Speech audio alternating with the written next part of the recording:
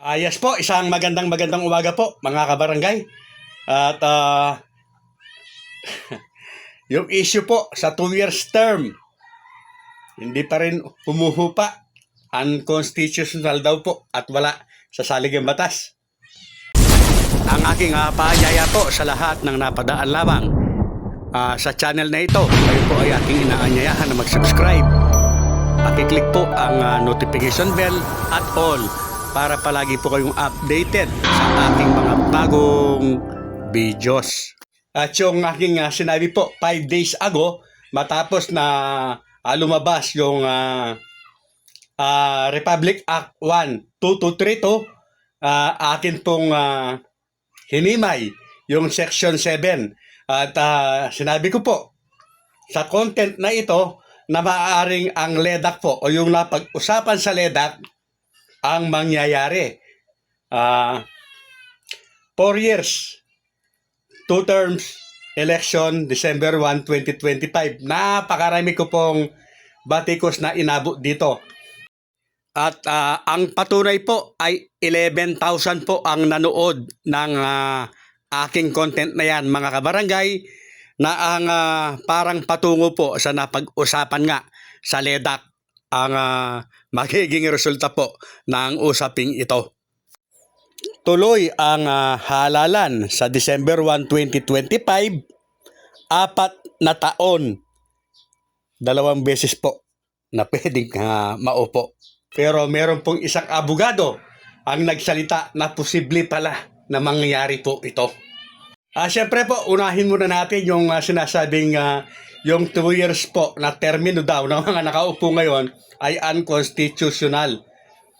Mga kabarangay, ang sinasabi nga po ng mga nagsulong ng batas na yan na ang barangay at SK election po ay hindi po fixed term. Wala sasaling ang batas yan. Nasa Kongreso po. Yes po, pwedeng pahabain at paiksiin po ng Kongreso yan, mga kabarangay.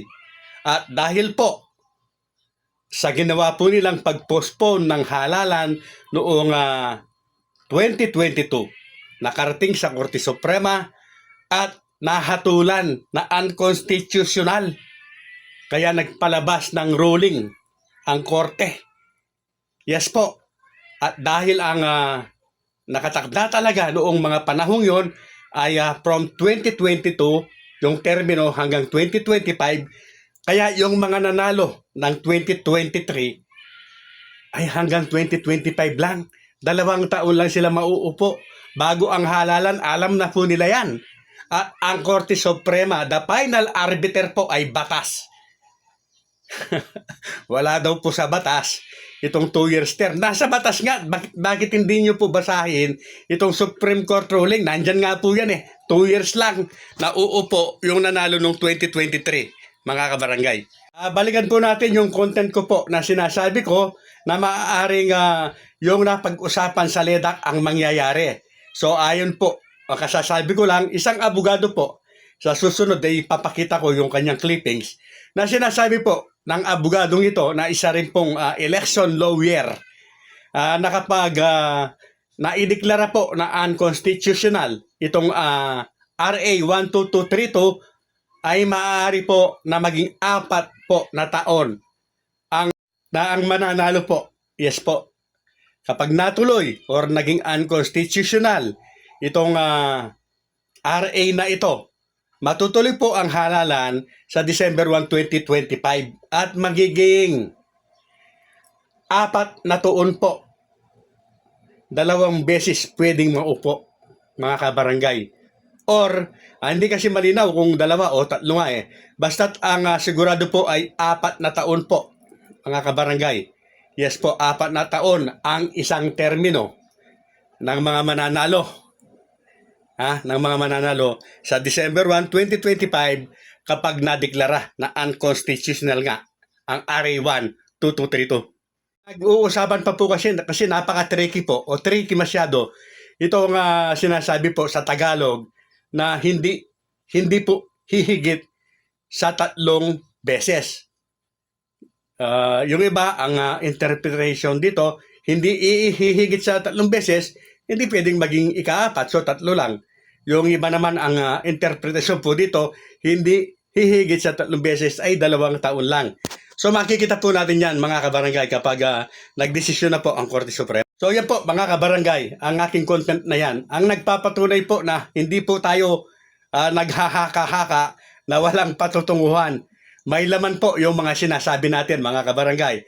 At sigurado po ako na ako ang nauna na nagbigay ng komento sa Section 7 na yan kahit hindi po tayo abogado. Tinitiyak ko po yan dahil nakapetsa yung ating mga content. Hindi naman po tayo nagmamayabang. Hindi ko sinasabing tama po ako. Ang sinasabi ko lamang po mga kabarangay, kung hindi man po nagkakatotoo yung mga sinasabi ko, pero posible po at may patutunguhan. Hindi lamang nangyari ang iilan, pero marami ang nangyayari po. Para naman po sa kabatiran po ng lahat, ang Supreme Court ruling po na nagtatakda sa December 1, 2025 ay wala na po. Yes po, wala na po sa ngayon dahil ang nangingibabaw po ay ito nga pong Republic Act 12232 na isinulong po ng mababa at mataas na kapulungan na pinagkaisahan at pinirmahan po ng Pangulo at ngayon ay ganap na po na Republic Act 12232 na nga po. Siya po ngayon ang nangingibabaw. Yes po, ang halalan po ay nakatakda sa November 2, 2026. Gayon pa man po ay hindi pa rin po ito sigurado na magaganap na kahit siya po ang umiiral na batas. Bakit?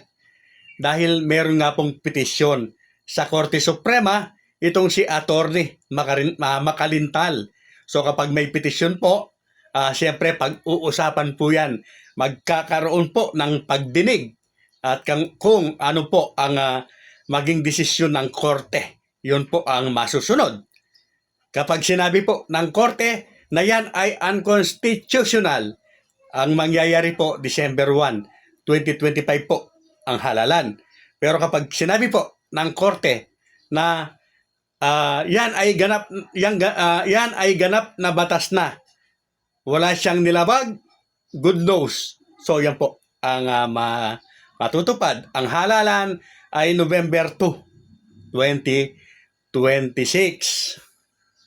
At ayon din po sa isang sikat na content creator na atin pong napanood, ay maaari o baka po merong individual na maaaring ito ay isang abogado na magpapile po ng petisyon kontra sa petisyon po ni Attorney Makalintal. So dahil malaya po ang bawat isa at nasa demokrasyang bansa po tayo, ay malaya po kung sino man po ang gustong kumontra sa bawat isa sa magkabilang panig. Mga kabarangay, maaaring panig siya sa pagpospon ng halalan or maaaring panig naman para matuloy po ang halalan sa December 1, 2025.